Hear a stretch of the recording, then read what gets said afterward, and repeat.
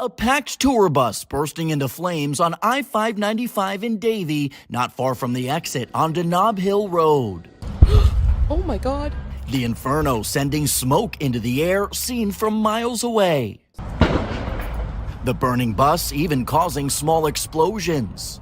The driver immediately opened the door and we ran out. Italian tourist Filippo Musi Falcone was on board and says it was another driver that initially signaled to the bus that something was wrong, causing the bus driver to pull over. The driver, I think he was a hero. He got out the bus as the last person, waiting for everyone. The 48 people on board were left waiting for hours under tents on the side of the highway, flames engulfing the double-decker bus, which was burnt down to its frame and causing all westbound lanes of I-595 to be shut down during the peak of rush hour.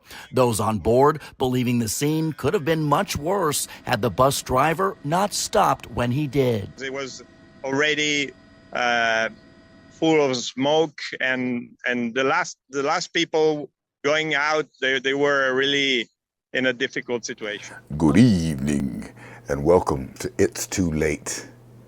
And it's too late for this person who had their face eaten on the Las Vegas Strip.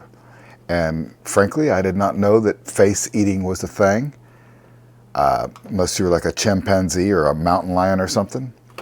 But it's a thing, so that's why it's right here on It's Too Late.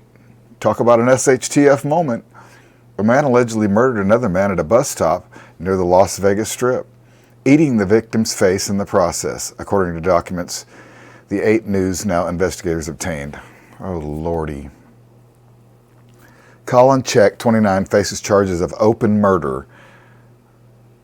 Just before 5 a.m. Sunday, a person called police about a man who reportedly tackled another man to the ground on Las Vegas Boulevard near Charleston Boulevard, documents said. Oh, that's my Porky. I hope he's going to not start. Okay, about 45 minutes later, another person called police saying a man was on top of another man at the bus stop, eating the other man's face. Oh, Lordy. Officers responded, finding Check kneeling next to the victim with biological matter in his hair, mouth, and on his clothing. Come on! Documents said.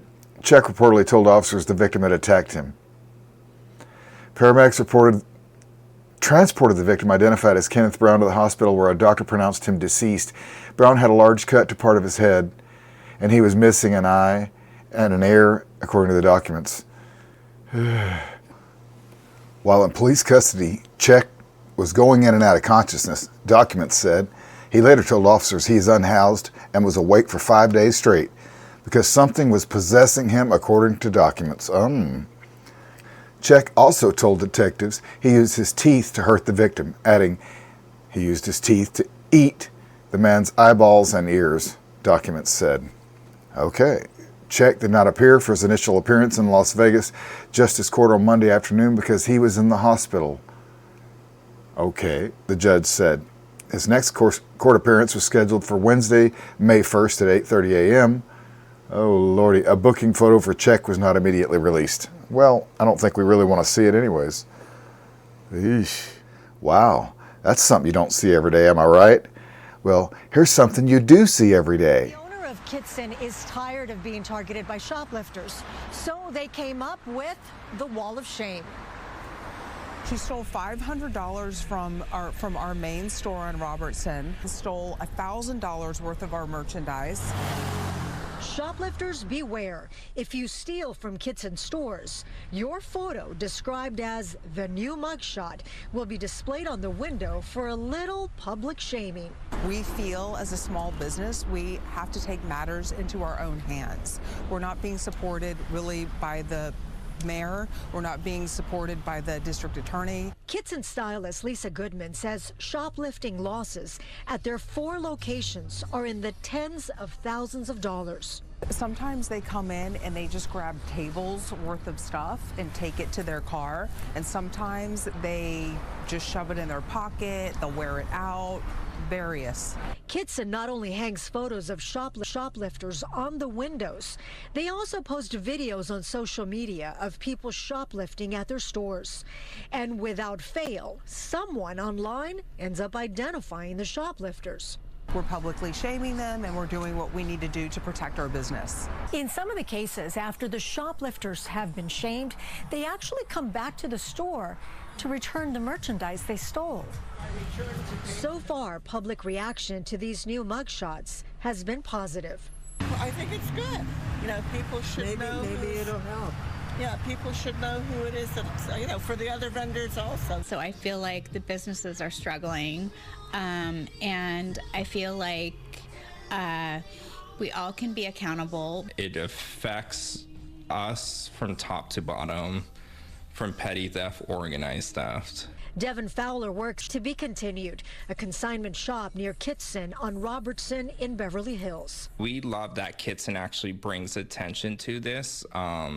Some of the people who live in the community that do opportunity theft, they think no one's looking. Those numbers add up quickly. Fowler and Goodman believe thieves are bold and fearless, knowing thefts under $950 are classified as misdemeanors, and they won't do any jail time. I would encourage other businesses to take a similar approach to what Kitson is doing, because it's the only way that you're going to protect your assets, protect your store, and let people know that they can't come in and just steal your merchandise. And according to Lisa Goodman, the woman you just saw, law enforcement has encouraged them to put up those pictures in hopes of deterring other people from coming in here and shoplifting. Reporting from Beverly Hills, I'm Gina Silva. I'll send it back to you in the studio. Ooh la la, you mean the government has critics right off the bat? Okay, critics question tech-heavy lineup of new Homeland Security AI Safety Board. CEO-heavy board to tackle elusive AI safety concept. The concept of safety is elusive. They're going to apply it to the U.S. infrastructure. Whoa! Okay, on Friday, the U.S. Department of Homeland Security announced the formation of an artificial intelligence safety and security board that consists of 22 members pulled from the tech industry, government, academia, and civil rights organizations. But given the nebulous nature of the term AI, which can apply to a broad spectrum of computer technology, it's unclear if the group will even be able to agree on what exactly the safeguarding us from. Oh, Lordy. We need to be safeguarded from them, is my opinion. President Biden direct and the DHS Secretary Alejandro Mayorkas to establish the board, which will meet for the first time in early May and subsequently on a quarterly basis. Oh, the fundamental assumption posed by the board's existence and reflected in Biden's AI executive order from October is that AI is an inherent risky technology, and the American citizens and businesses need to be protected from its misuse. Along those lines, the goal of the group is to help guard against foreign adversaries using AI to disrupt U.S. infrastructure, develop recommendations to ensure the safe adoption of AI technology into transportation, energy, and internet services. Oh, Lordy, they're going to be looking at everything now even closer. Foster cross-sector collaboration between government and businesses, and create a forum where AI leaders to share information on AI security risks with the DHS. AI thinks this It's Too Late show is subversive. Okay, I'm not subversive, yo. Okay, it's worth noting that the ill-defined nature of the term artificial intelligence does the new board no favors regarding scope and focus. AI can mean many different things, but it can only be spelled one way, folks. Look, we found a place to agree. It can power a chatbot, fly an airplane, control the ghost in Pac-Man, regulate the temperature of a nuclear reactor, play a great game of chess. Don't forget, it can also lie to us. It can also not tell us things that we need to know. It can just guide us a little bit at a time right off the cliff. That's just me. I'm paraphrasing. Okay, back to the article. It can be those things and more. And since many of those applications of AI work very differently, there's no guarantee any two people on the board will be thinking the same type of AI. Of course not. The confusion is reflected in the quotes provided by the DHS press release from the new board members, some of whom are already talking about different types of AI, while OpenAI, Microsoft, Anthropic, and monetizing generative AI systems like ChatGPT based on a large language model. And Ed Bastian, the CEO of Delta Airlines, they refer to the entirely different classes of machine learning. Okay, so by driving innovative tools like crew resourcing, turbulence prediction, AI is already making significant contributions to the reliability of our nation's air travel system. Well, that's fantastic. All that stuff is just wonderful.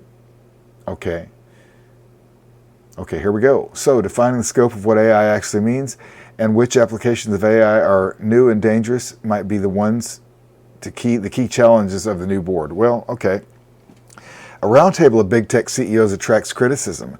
For the inaugural meeting of the AI Safety Board, the DHS selected tech industry heavy group populated with CEOs of 4 major AI vendors. Oh, here comes Sam Altman. Oh, OpenAI. Oh, Satya Nadella, Microsoft. Sundar Pichai from Alphabet. Dario Armodi from Anthropic. CEO Jens Wang from the top chip maker NVIDIA. And representatives from other major tech companies like IBM, Adobe, Amazon, Cisco, and AMD. These reps also from the big aerospace and aviation, Northern, oh goodness, we got to get the military industrial complex in on it.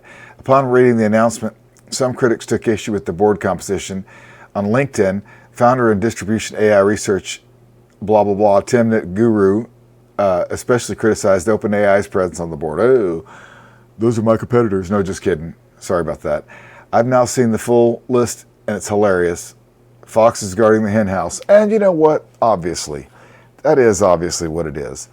Well, that was a real fast read of a big, long, deep dive on SHTF. That's right. The government is now going to put safeguards and rules and regulations on AI to help us out. Oh, Lordy. Okay, you guys, it's too late. Let's call it a night. You guys are awesome. Thanks for hanging around. Hey, if you can, we'll see you in the morning for an episode of the Bad Apple Report. Otherwise, we'll see you here tomorrow night for It's Too Late. Have a great night.